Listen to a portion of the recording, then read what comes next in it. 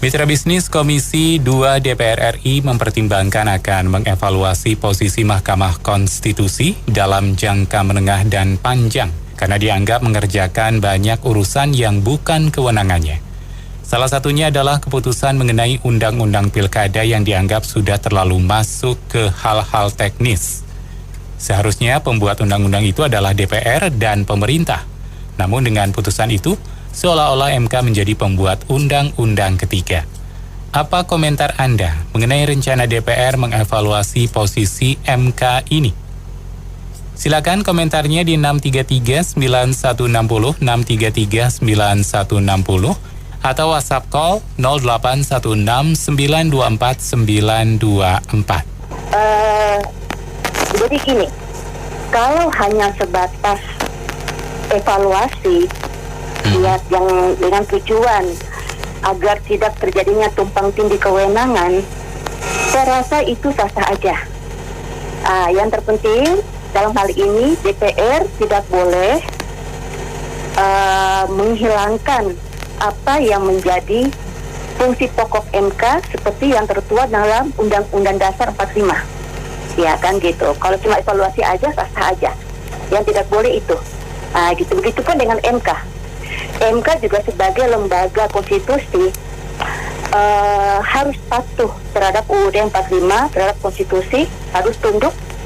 Jadi MK juga tidak boleh melakukan hal-hal yang memang bukan merupakan kewenangannya. Misalkan dalam UUD 45 kan kewenangan untuk membuat undang-undang adalah dua lembaga, legislatif dan pemerintah, ya kan? Jadi MK juga tidak boleh mengambil kewenangan itu, karena dalam UUD 45 putusan MK itu tidak dapat diterapkan sebagai hukum positif, ya kan? Jadi posisi putusan MK adalah sebagai sumber hukum dalam penyusunan undang-undang. Jadi dalam hal ini MK ada negatif legislator, ya kan?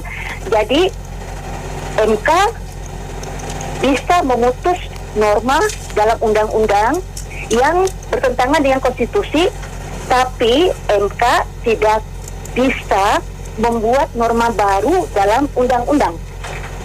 Seperti itu. Jadi saya rasa begini ya, itu semuanya harus pada posisinya masing-masing. Karena di negara kita ini kan hukum ini masih carut-marut, tidak ada kepastian hukum. Harus diakui itu masih carut-marut. Kalau seandainya yang namanya tumpang tindih kewenangan, peraturan-peraturan undang-undang yang tumpang tindih, kemudian ingin menjadi multitafsir, tidak ada kepastian hukum jadinya, ini kan membuat hukum negara kita makin carut-marut, ya kan? Jadi saya rasa kalau hanya sebatas evaluasi nggak apa-apa, tapi jangan sampai menghilangkan, DPR nggak boleh menghilangkan apa yang menjadi fungsi pokok MK yang tertera dalam UUD 45. Oke. Ya, saya lebih cenderungnya ini kadang lembaga-lembaga negara, tinggi negara ini kadang suka ngambek dan ancam-ancaman. Jadi menurut saya kalau legislatifnya itu adalah benar, maka mereka tidak usah sampaikan begitu, tinggal jalankan aturan saja. Aturan MK seperti apa, aturan DPR seperti apa, aturan pemerintah seperti apa. Jadi legislatif, yudikatif, sama eksekutif itu masing-masing tugas dan wewenang pokoknya itu seperti apa. Jadi karena masing-masing itu kuat-kuatan dan karena masing-masing ada kelemahan, sehingga ya jadinya seperti ini. Kan orang lain juga, rakyat juga ingin bahwa DPR betul-betul fungsi kontrolnya itu dilakukan, juga adalah pembuat aturan, yang lain menjalankannya.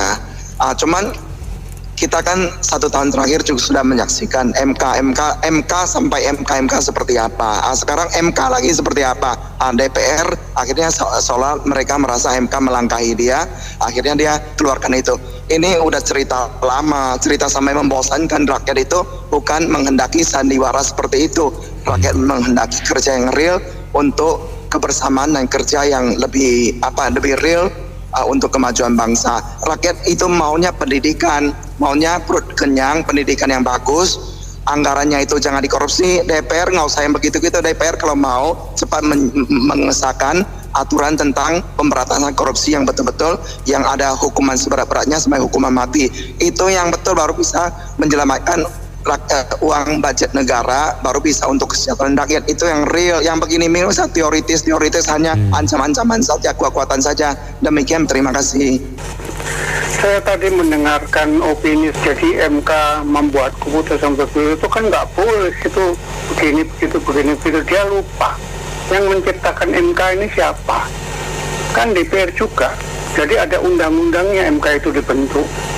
Jadi DPR juga salah kalau dia mau mengevaluasi. Kenapa bikinnya dulu nggak dievaluasi? Itu yang pertama. Yang kedua, MK 6070 itu adalah sebuah akibat, Mas Anto. Jadi saya mengkritisi dari segi hukum sebab akibat.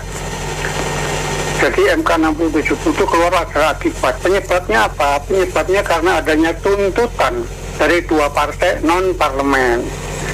Yang satu namanya Partai Gelora, yang satu Partai Buruh. Jadi MK 6070 itu keluar adalah akibat. Penyebabnya ada tuntutan. Di MK itu waktu dipimpin oleh Jimli Asidiki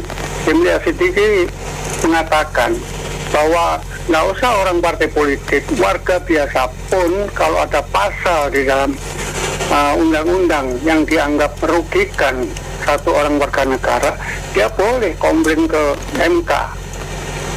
Jadi argumentasinya harus kuat. Jadi bisa sukses, bisa gagal, tergantung penilaian MK. Kemudian yang terakhir tentang tafsir yang dikeluarkan MA itu ya, bahwa umur 30 itu pada waktu dilantik. Nah ini kan penafsiran yang menurut MK salah. Umur 30 itu pada waktu mendaftar. Saya ambil analogi yang lainnya, Mas Anto ya. Di dalam pasal konstitusi kita itu, salah satu pasalnya berbunyi, fakir miskin dan anak terlantar dipelihara oleh negara. Nah, kata-kata dipelihara ini bisa ditafsirkan macam-macam. Dipelihara tetap miskin atau tetap terlantar atau bagaimana? Tentunya kalau orang yang logikanya tinggi dipelihara dalam artian jangan sampai dia miskin, dibantu. Kalau di negara-negara maju itu pengangguran pun diberi kompensasi, diberi apa semacam ya jatah hidup lah gitu. Tapi kalau ditafsirkan yang lain, dipelihara tetap miskin, tetap terlantar, ya boleh-boleh saja orang menafsirkan.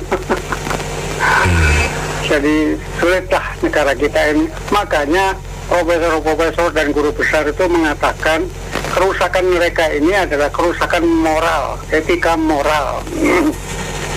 Dan itu nggak hanya profesor dan guru-guru besar, para budayawan, ulama-ulama, ada Quraish Shihab, ada Gus Mustafa Bisri, ada istrinya Gus Dur dan anaknya, ada istrinya mantan almarhum Cak Nur, Polis Majid, dan banyak lagi profesional atau akademisi dari perguruan tinggi lain yang menolak. Lihat aja demo-demo kemarin itu, dari Aceh sampai Nusa Tenggara. Jadi jangan ngebela yang salah, maksud saya, pesan saya itu. Ya. DPR itu lembaga legislatif ya, pembuat undang-undang bersama pemerintah sebagai eksekutif. Iya. Itu bersama-sama menciptakan satu pengejawantahan keputusan yang tidak memberatkan rakyat ya, tentunya untuk kepentingan bersama gitu loh. Jadi kalau DPR sendiri mengotak-atik lagi apa yang diputuskan MK, saya kira nggak relevansi lagi di sini ketidakadilannya gitu loh. Kenapa dulu waktu pengangkatan mohon maaf kalau saya salah penafsiran, waktu wakil presiden yang terpilih ini kan bisa dirubah ya, direvisi ya MK. Iya, betul. Nah sekarang mau dikotak-atik lagi dengan keadaan ini tentunya nggak adil lah ya. Harusnya kan betul-betul disetujui supaya DPR itu bisa mewakili kepentingan rakyat banyak gitu loh, bukan kepentingan kelompok ataupun sebagian orang gitu loh. Iya. jangan bagi-bagi tape yang kurang baik, tapi tunjukkanlah di masa akhir purna baktinya itu betul-betul mencerminkan demokrasi yang betul-betul membawa Indonesia ke arah ke depan. 2045 katanya generasi emas. Bung Benny umur berapa itu? Iya kan, nah, tentunya harus dicanangkan dong sebagai pilar fundamental yang baik gitu loh. Kalau carut-marut terus gimana Bung Benny? Ya kan, Hadis Indonesia gitu, dibawa kemana gitu. Itu aja sih Pak aspirasinya Pak. Oke. Saya sih nggak pro kontra lah yang mana DPR atau Mahkamah Konstitusi. Tapi menurut saya Mahkamah Konstitusi kan itu intinya hanya bisa menguji undang-undang. Produk undang-undang bertentangan nggak dengan konstitusi. Undang-undang 45 kan konstitusi itu. Nah, kalau menurut saya kenapa dia ngurusin pilkada? Kenapa ngurusin undang-undang pemilu gitu, undang-undang pilkada? Lah kalau digugat juga itu, kemarin kan digugat masalah umur. Kemudian sekarang dia robah masalah jumlah minimumnya persentase kursi atau suara kan. Lah itu coba kita lihat apa yang bertentangan dengan undang-undang. Mulai saya sudah pernah ngomong ke Bung Benny. Iya.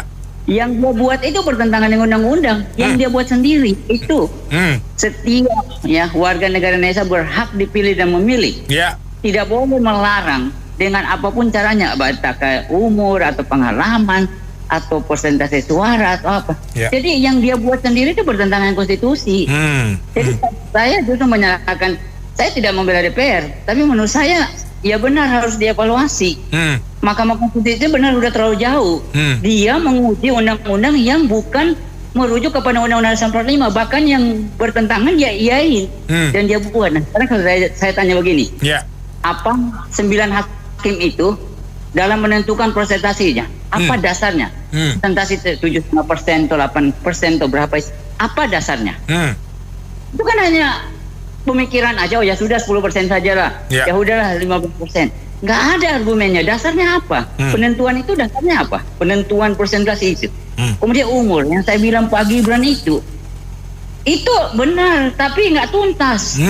Ubahin bukan cuma tambahkan ada pengalaman di jabatan pemerintah. Ubahin tuh 40 tahun itu, dan kalau memang itu dihilangkan, yang diuntungkan bukan Pak Gibran saja kan, saya juga, Bung Benny juga diuntungkan kan. Saya tidak membela Pak Gibran, tapi maksud saya produk itu dibuat untuk semua orang, bukan untuk satu orang. Cuma kebetulan aja saya nggak suka sama Pak Jokowi, kemudian menyasar-nyasar ke sana gitu. Ya. Jadi sekali lagi saya bilang memang perlu dievaluasi, dan bahkan Pak Benny ini sangat berbahaya Mahkamah Konstitusi ini. Bayangkan ya, setiap keputusan dia adalah binding dan final. Waduh, absolut kan? Dan negara 300 juta ini ditentukan oleh 9 orang. Saya suka bercanda mengatakan Pak Benny, tahu sekarang itu siapa yang presiden? Bukan presiden, itu ketua MA. Siapa yang ketua DPR? Bukan ketua DPR lagi, ketua Mahkamah Konstitusi. Kenapa? Karena setiap kebijakan aturan yang dibuat oleh pemerintah bisa diintervensi, bisa dianulir oleh Mahkamah Agung, benar? Dia bisa bubar peraturan apa aja, dia bisa bubarkan. Bukankah dia lebih tinggi dari presiden? Produk presiden aja dia bubarkan. Kemudian setiap produknya DPR bisa dibubarkan oleh Mahkamah Konstitusi. Apa bukan dia ketua DPR-nya? Itu. Dan dia bubarkan itu mutlak, absolut, final banding. Nah, 300 juta orang ditentukan oleh pemikiran oleh 9 orang. Apa benar? Sehebat apa 9 orang ini setiap keputusan dibuat tidak boleh digugat? Gitu. Saya kurang setuju gitu. Nasib bangsa ditentukan oleh 9 orang yang hakim Mahkamah Konstitusi. Ya, busuk-busuk DPR biar kita marah-marah, mereka masih 550 orang, betul nggak? Pernah baca buku ya, semua sih ada hubungan saudara tuh. Cuma manusia sekarang disalahgunakan.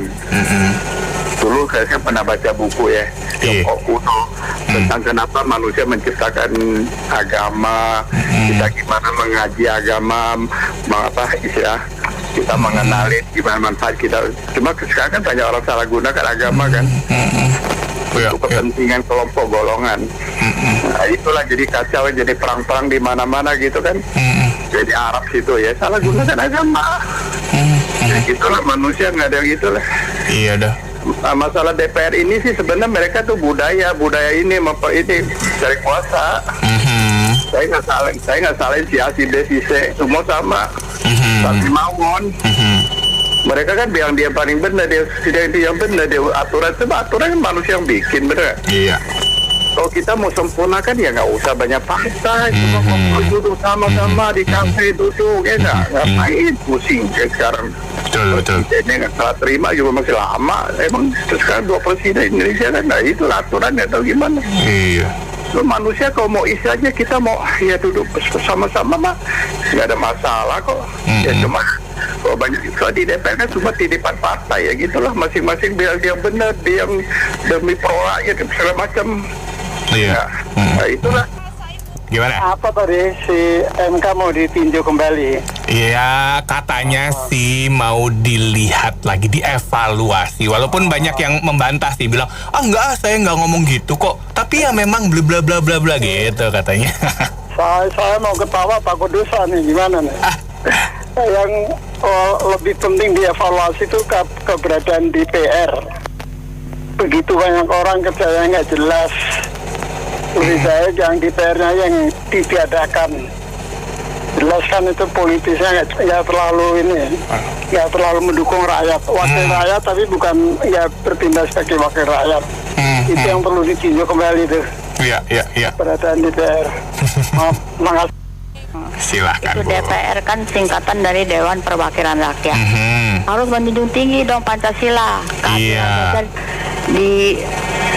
Kan ada itu kan keadilan sosial bagi seluruh rakyat Indonesia, harus dipimpin oleh hikmat dalam kebijaksanaan.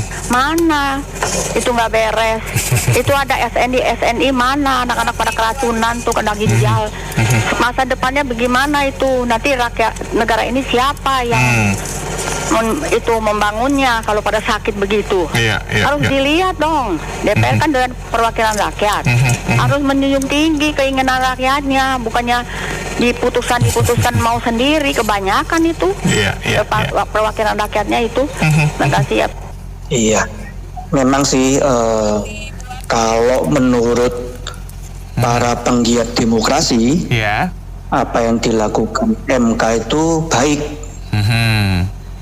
Baik itu sebetulnya karena sesuai dengan keinginan mereka. Ya kita tahu lah ya, mereka pun juga, terutama orang-orang akademisi ya, mereka pun juga akhirnya berpolitik ya.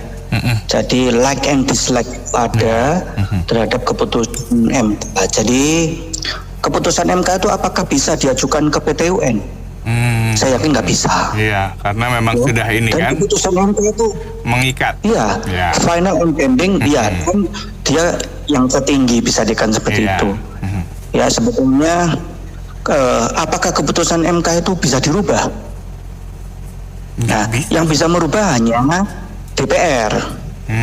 Ya kan? Undang-undang baru. Tapi sekarang, ya. Nah, sebetulnya memang kita balik lagi ya ke kitohnya ya. Apa sih salah satu tugas dari MK? Tugas MK adalah mereview sebuah undang-undang, peraturan, apakah itu bertentangan dengan Undang-Undang Dasar 45. Bertentangan, ya berarti tuntutan dari masyarakat diterima. Tapi kalau tidak bertentangan, ya ditolak. Ya tugasnya kan sebetulnya cuma itu, nggak ada yang lain-lain. Tapi kan memang saya tidak melihat langsung, membaca langsung bahwa MK itu bukan cuma menerima, tapi juga menafsirkan dan membuat seharusnya undang-undang atau peraturan itu seperti ini. Ya jadi seperti dia menyusun ulang peraturan dan undang-undang itu.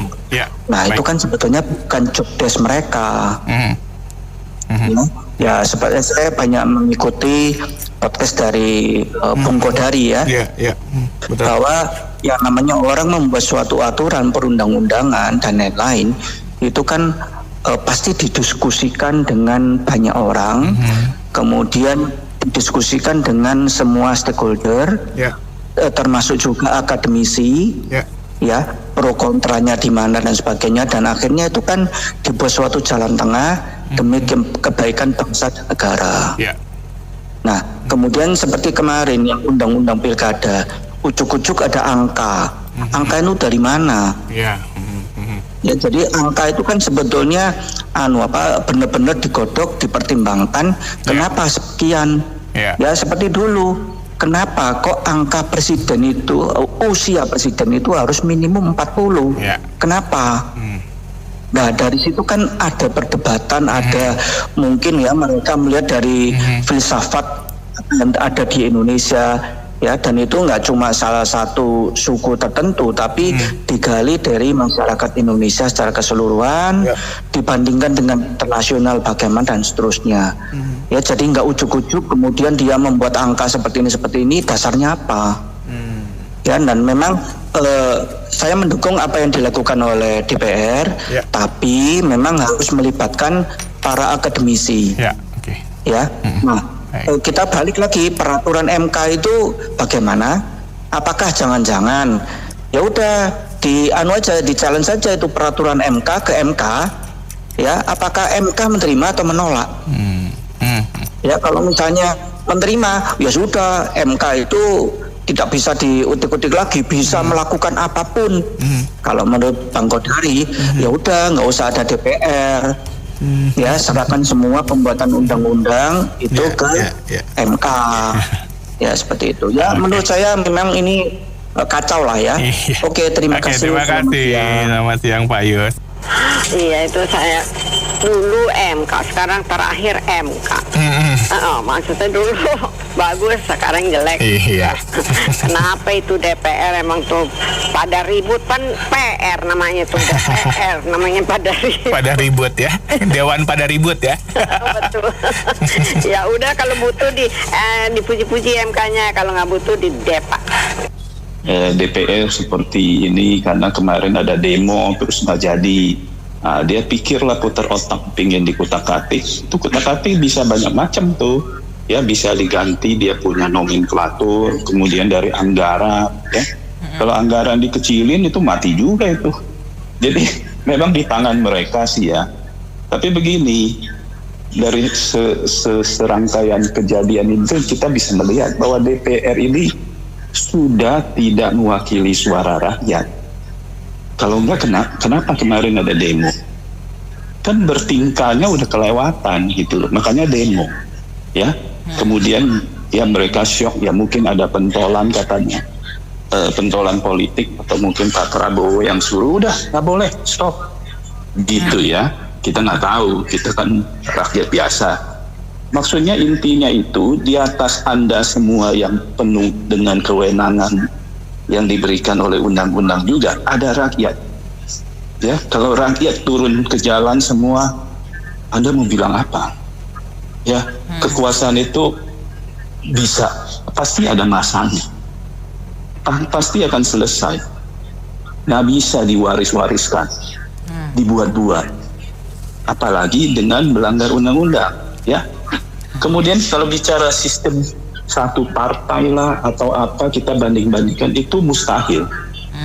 Kita sudah, negara masing-masing punya konstitusi, menjalani perjalanan masing-masing. Kita memilih ini multi partai, ya udah dijalani. Sebenarnya bukan nggak ada way outnya adalah strict to the rule, patuh kepada peraturan. Itulah hakiki dari suatu negara. Negara ini ditopang oleh undang-undang, ya. Nah, kita patuh dengan itu. Semua wajib patuh, baik dia penguasa kayak rakyat biasa kayak aparat kayak, itu patuh dan nggak ada yang bisa berdebat.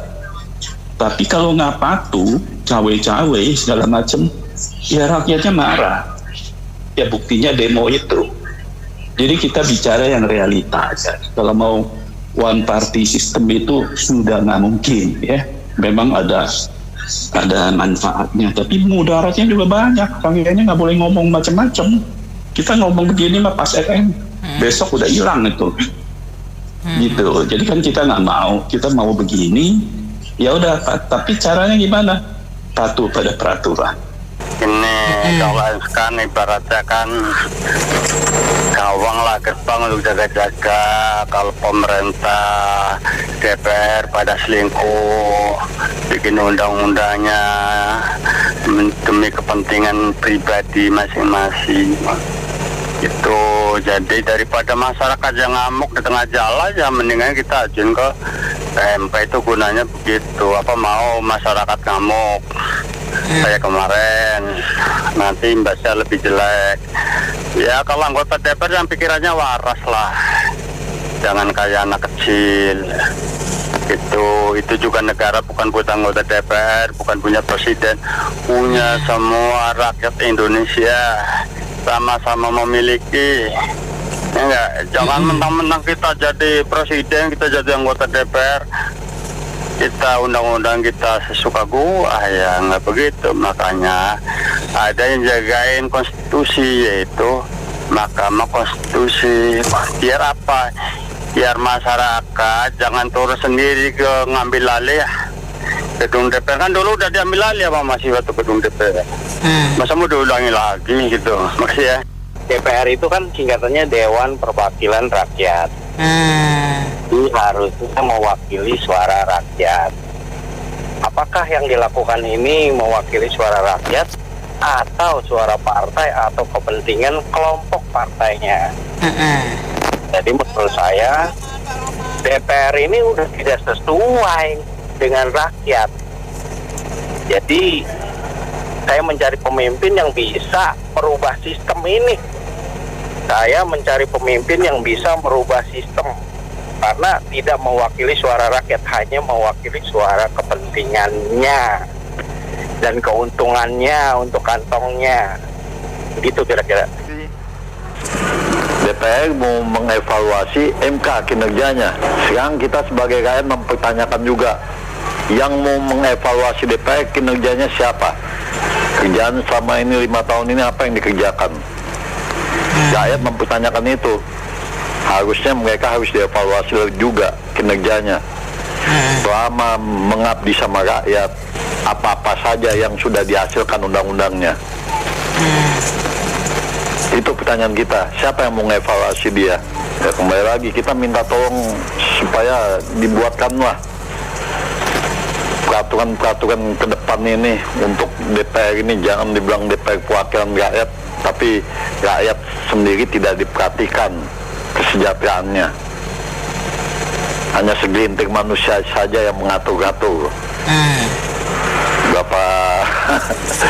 Padahal rakyat kita banyak, ratusan juta. Minta tolong nanti peraturan-peraturan kepemerintahan kita ini untuk DPR itu dalam kinerjanya itu siapa yang evaluasinya. Nah kita perlu dong sebagai rakyat, dia yang diembankan oleh rakyatnya, tapi tidak ada kinerja yang untuk berpihak ke rakyat. Ini kan membahayakan membahayakan bagi Gerindra juga. Gerindra tuh nggak ada kepentingan apa-apa dengan ini, dengan komisi mempertimbangkan evaluasi MK ini. Gerindra nggak ada kepentingan, yang ada kepentingan cuma Raja Jawa ini. Ya Allah. Soalnya DPR ini harus berpikir panjang sih kalau menurut saya ya. Dengan adanya peraturan yang baru ini kan semua itu bisa mengajukan calon untuk pilkada. Jangan sekarang ini lagi berkuasa ini menguntungkan nih, undang-undang menguntungkan mereka gitu loh. Kalau misalnya nggak dirubah sama MK kan. Nah ntar kalau misalnya mereka ntar pemilu selanjutnya ternyata mereka bukan partai pemenang atau 5 besar atau 3 besar itu, nah itu jadi merugikan mereka juga kan. Jadi jangan pas berkuasa atau lagi menang nih bikin yang menguntungkan diri sendiri, entah pas udah kalah nextnya mereka yang dirugikan oleh peraturan itu. Nah jadi menurut saya sih bisa jadi senjata makan tuan gitu aja sih. DPR itu salah besar. Justru dia yang mengaduk-ngaduk tentang undang-undang, karena dia itu tidak mampu untuk mengendalikan kemauan dari Mulyono. Karena Mulyono pengen anaknya menjadi calon pilgub. Itu salah dia. Justru MK ini untuk meluruskan apa-apa yang bengkok. Jadi berantem lagi nih urusannya kalau begini caranya nih. Bisa perang lagi nih. Kalau DPR nggak tahu di DPR kapan ini yang mau membuat seperti undang-undang ini mau dipertimbangkan. Karena kalau DPR yang baru belum tentu mau. Ini DPR yang sisa-sisa ini nih nggak tahu nih mau nggak gimana. Karena udah tinggal 2 bulan lagi. Apa yang mau saya cepat kemarin 7 jam jadi untuk merevisi. Itu kita lihat aja nanti. Kalau dia mamanya macam-macam anggota DPR, ini perang lagi sama rakyat. Mau gak Gerindra begini? Yang kekuatan yang kuat tuh Gerindra, PDIP. Kalau mereka nggak kuat, nggak mau ya, nggak quorum lagi. Itu yang berbahaya nih sekarang ini. Ini ada desakan dari Mulyono ini. Ya, DPR tuh mestinya yang paling penting dulunya undang-undang perampasan aset dulu itu kan untuk ini apa yang paling urgent itu dibiarin aja. Tambah yang ada lagi. Ya udah kita aja. Saya cuma mau tanya doang nih. Bagaimana perasaan Anda kalau misalnya melihat wanita lain tidur di ranjang suami Anda? Seorang wanita di Madu ya kan nggak mungkin nggak mau dong ya kan? Dalam kondisi ini juga sama dengan DPR dan MK ini. DPR itu apa fungsinya? Legislatif. Mahkamah Konstitusi apa fungsinya? Eksekutif. Jadi kalau legislatif masuk ke kamarnya eksekutif, ngamuk dong rakyat ya kan? Ya gimana nggak ngamuk? Lah nanti sama aja tuh DPR menutup jalannya rakyat untuk menyalurkan aspirasinya. Iya. Betul kan? Sama seperti yang tadi saya bilang tadi. Ada tetangga masuk ke rumah Anda, ngacak-ngacak rumah Anda. Gimana perasaan Anda? Ngamuk dong. Tetangga ini kurang ajar banget nih, ngacak-ngacak rumah gua. Emangnya dia udah beli rumah gua, ya kan? Itu aja, itu aja. Seharusnya juga sebenarnya seperti presiden juga seharusnya tersinggung ini dengan pernyataan DPR ini, rencana DPR ini, karena itu sama aja dia dilangkahi tuh kakinya, dia sama aja dia diinjak tuh kepalanya tuh sama DPR itu. Itu aja komentar. Banyak kerancuannya. Pertama waktu MK 90 nggak dengar mereka ngomong begitu, ya. Kalau ngomong MK sudah disfungsi, sudah ngaco, bagaimana kalau begini? DPR dibentuk buat apa? Buat menjadi pengkontrol jalannya pemerintahan. Tapi kalau semua sudah jadi penjilat, fungsinya kemana itu mengontrol pemerintahnya? Ya, semua bisa bicara demi rakyat. Tapi Anda berbergain ya, berdagang kekuasaan dengan pemerintah ya, berkolaborasi dengan pemerintah, itu nggak disfungsi tuh. Ini kenapa bisa begini? Kenapa kita ngomong deh ya, nggak usah pembenaran begini begitu. Kemarin demo itu kalau Anda benar ya lanjut aja, lanjut sahkan itu undang-undang pilkada, kemudian kita lihat akibatnya. Kenapa di stop? Kan Anda akui itu sudah salah ya. Oke lah kita ikutin. Itu kan ngomongnya begitu. Sekarang mau koreksi boleh, saya juga setuju bahwa MK tidak berhak mengurusin pasal. Tapi kenapa waktu MK 90 Anda diam aja? Itu satu orang ketua MK loh yang ngatur-ngatur begitu sampai diberi peringatan. Kalau Anda ngomong saya salah, itu MK memberi peringatan keras terakhir. Itu bukti nyata dia sudah melanggar etika berat. Tapi mereka diam aja. Saya setuju, saya juga senang bahwa Jokowi banyak jasanya membangun infrastruktur. Tapi juga mental dan SDM ini dibangun juga, dipikirin juga. Jangan memberi contoh yang jelek. Anak dimajuin. Ini kan nepotisme gitu loh. Jadi meruntuhkan semangat berjuang rakyat. Nggak boleh tuh, bikin malu. Kita diketawain tuh di dunia. Kita mau menuju nomor 4 tapi dengan tingkah laku begitu kan nggak benar ya. Kita harus ngomong lah, kita cinta negara ini, tapi kalau diam aja ya mungkin Anda dapat bagian ya. Kita nggak berharap begitu, berharap berjuang dengan baik dan negara ini maju.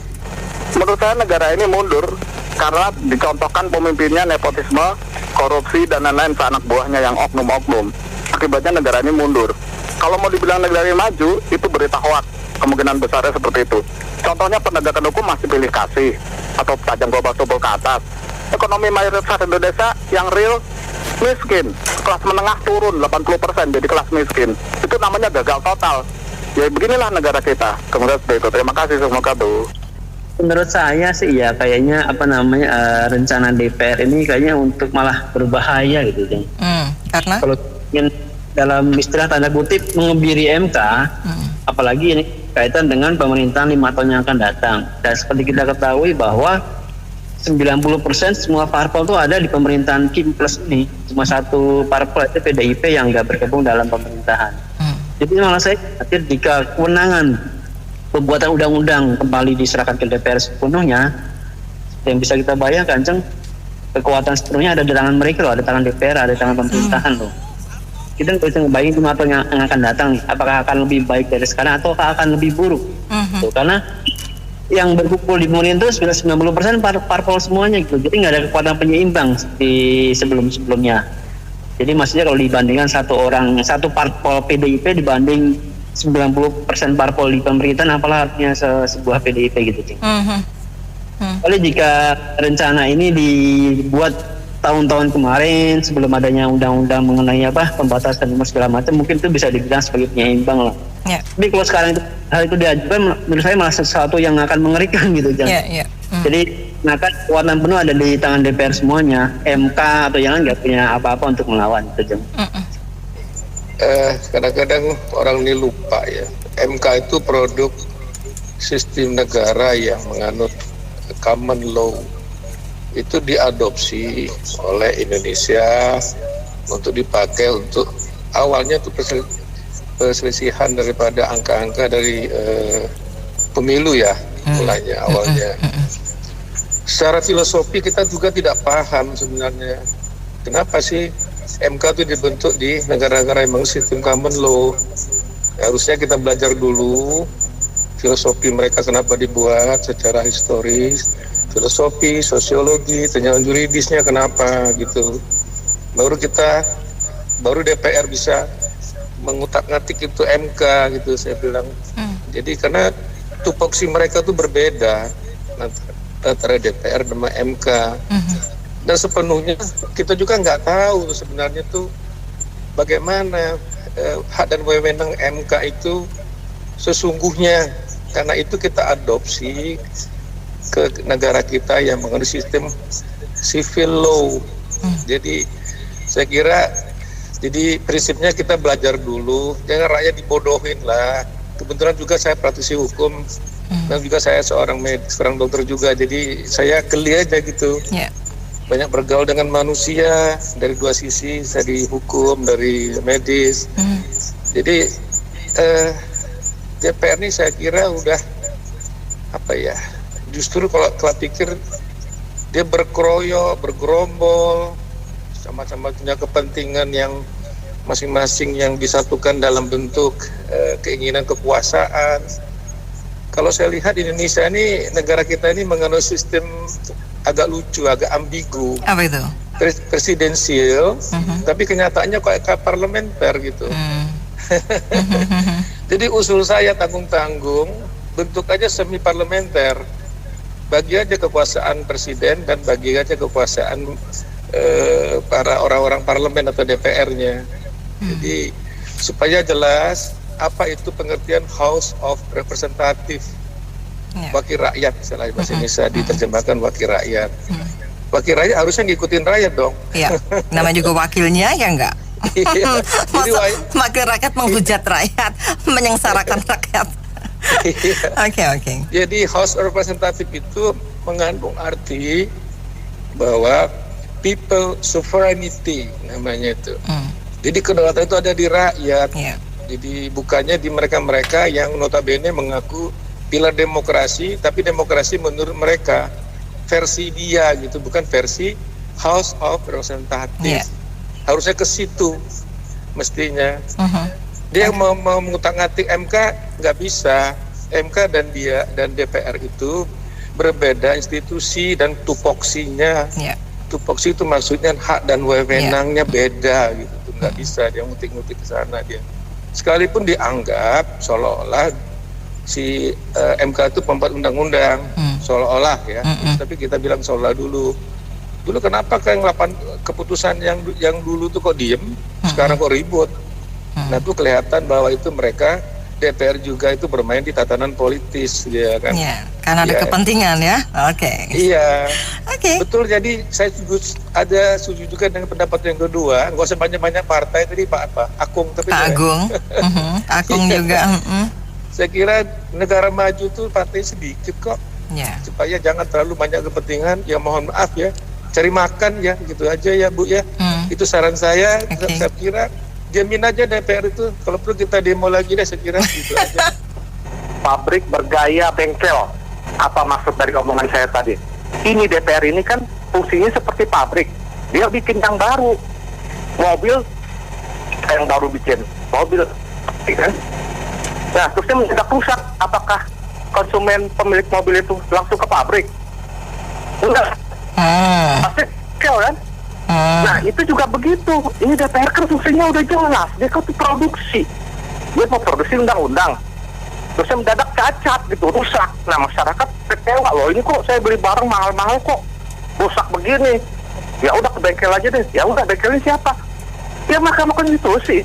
Kemana lagi? Masa ke tukang beca? Kan gak lucu masa masalah undang-undang diurusin tukang beca. Ya itu kan sudah fungsinya.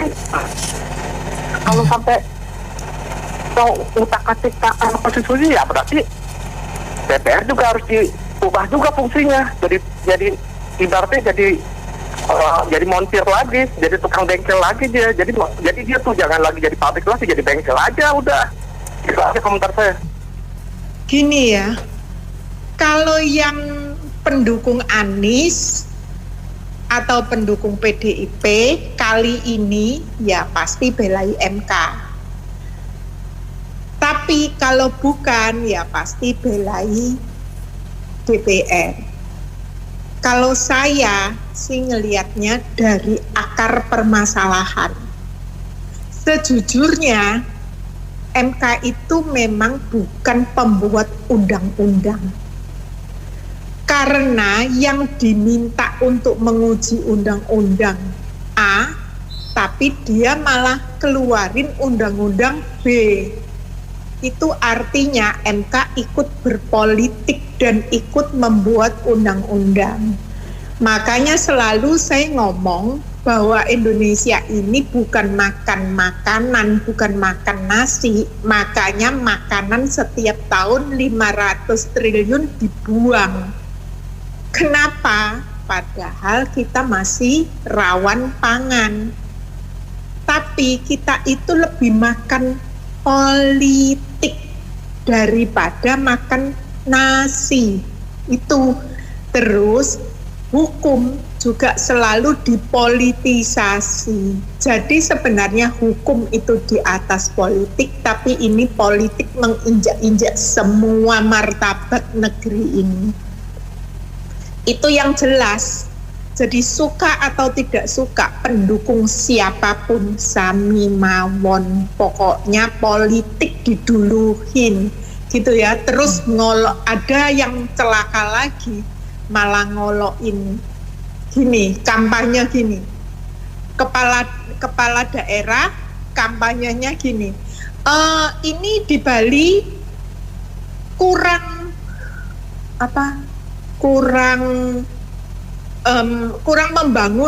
membangun infrastruktur. Padahal dia bekasnya periode yang lalu. Lah itu kan lucu, lalu selama ini di mana gitu loh. Jadi gini loh, kita jadi kayak membuka aib sendiri ya Bu. Iya, kita ini dianggap bodoh gitu loh, dianggap bodoh. Alah, rakyat tuh paling bodoh, nggak bakal ngerti, nggak bakal lupa, nggak bakal ingat gitu ya.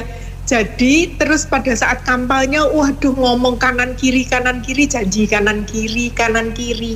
Tapi nanti faktanya orang APBD 450 triliun 5 tahun di DKI itu bangunnya apa sih? Bangunnya cuman merah putih selokan, kayak gitu, atau membangunnya cuman ngecat blontang-blonteng, terus ditambah lagi puskesmas 1 biji. Nah itu udah ngomong katanya bagus dan pemimpin yang ideal.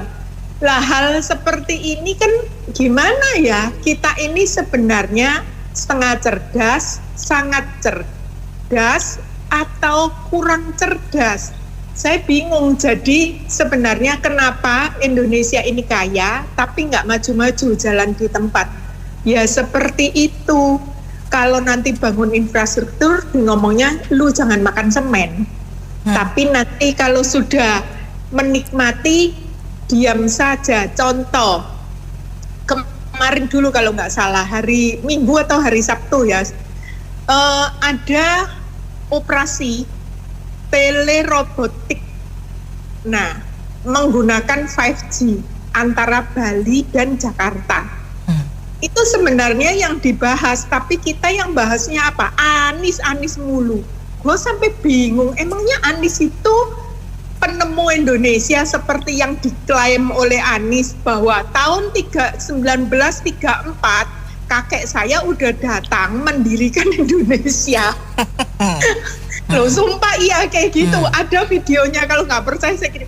Lah hal kayak gini kan lucu banget, sesat banget gitu loh, ngeklaim sejarah bahwa kakeknya dia yang mendirikan Indonesia tahun 1934. Jadi Indonesia itu belum ada. Kalau kita orang Jawa, kita itu belum apa-apa. Kalau kita orang Bugis, kita itu juga nggak ada apa-apa karena Indonesianya nggak ada, jadi nggak termasuk. Bugis ya Bugis, Jawa ya Jawa.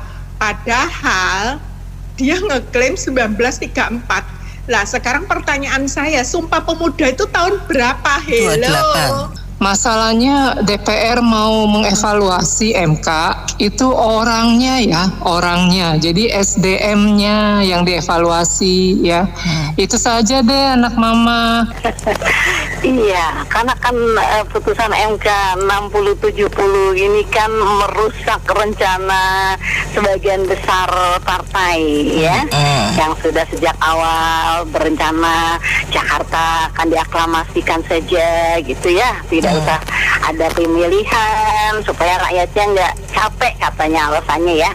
Oh semuanya tuh alasannya sayang rakyat Mbak, semuanya itu ya. Lalu tidak berhasil menggolkan sang putra ke gubernur gitu kan. Nah beda sama putusan 90, DPR semua memuji-muji MK saat itu gitu. Jadi kita ini mau DPR, pemerintah sebagai rakyat ya, di mana dia berkepentingan, kalau diuntungkan dia akan membela, akan mengatakan hebat, tapi ketika dia dirugikan, cuma bedanya rakyat nggak punya wewenang apa-apa kecuali bersuara dan demo. Kalau DPR kan bisa mengotak-atik undang-undang dengan alasan evaluasi lah gitu kan. Gitu. Yang jelas dia merasa dirugikan dengan putusan MK 60-70. Tapi lebih bijak hal ini diserahkan ke DPR mendatang lah ya. Kan ini sebentar lagi udah mau turun, apalagi sih yang mau dikotak-atik ya. Ayo lu banyak istighfar aja, banyak taubat, siapa tahu selama menduduki jabatan itu banyak salah, banyak dosa gitu. Baik, mitra bisnis, kami cukupkan sampai di sini untuk Businessman Opinion. Saya Anto Wijaya.